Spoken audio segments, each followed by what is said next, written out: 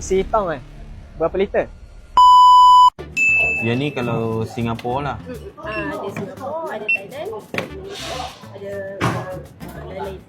Lain-lain lah. Lain-lain contoh daripada mana ni? Brunei ke, daripada US ke.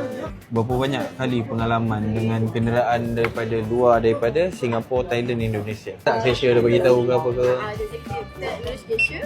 Tapi yang pilihan luar lah sebab kadang-kadang pakai kat luar kita tak perasan kan. Okay. Jadi memang kita luar kena standby biasa. Kalau kat luar tu macam mana dia orang standby kalau nampak kenderaan asing? Dia nampak dia kenderaan tu masuk dia orang Contoh lah, contoh. Okey. Contoh adalah kat belakang tu kan? Okey, dia pakai kad. pakai siapa kita boleh check dari sini. Dia pakai hijau kuning. Kalau kita nampak dia pakai kuning, kita block tu kita masuk dari sini. Okay, baik. Terima kasih atas tindakan tu sebab memang kalau 95 plat asing tu memang tak boleh. Kan? Kalau kata dia orang berdegil juga ke apa kan, tetapkan pendirian, ikut je yang apa saranan kerajaan tu. Kalau tak nanti stesen yang kena. Assalamualaikum.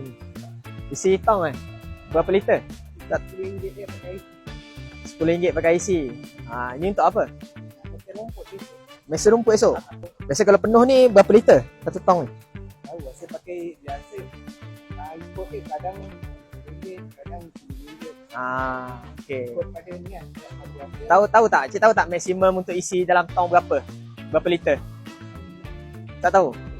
So sekarang ni kalau nak isi dalam tong boleh isi bawah 20 liter. So lepas ni kalau datang stesen minyak mana-mana, kalau nak isi dalam tong boleh. Tong yang ni okey lah. Jangan lebih daripada 20 liter.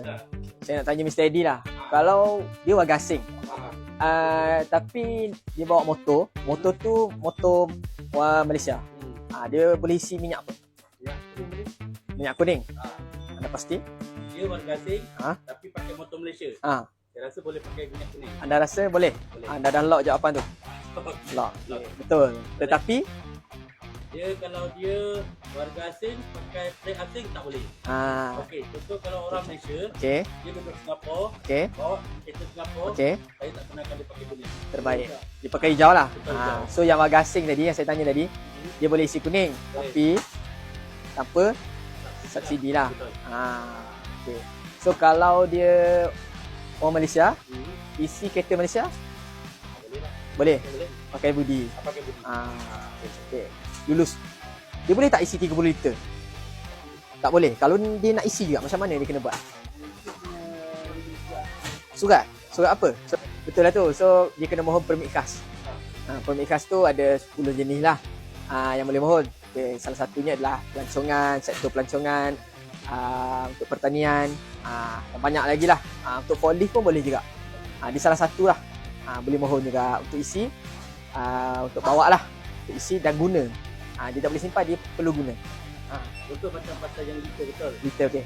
Tapi customer macam semalam ni dia degil. Saya tak kasi okey daripada 20 liter. Okey. So dia nak juga. Dia nak juga Dia kata tak boleh. isi Tak dalam, surat. dalam tong. Dalam tong. Okey. Saya minta surat. Dia kata tak ada mohon. Okey. Okey, contoh macam tu kita tak nak bergaduh. Okey. Melibatkan apa benda. Saya lepaskan. Tiba-tiba pihak awak datang. Okey. Itu siapa kena? Cik kena, dia kena. Walaupun saya dah cakap. Ya, betul. Tapi kemarin ni saya memang kena berkeras juga. Kena berkeras juga.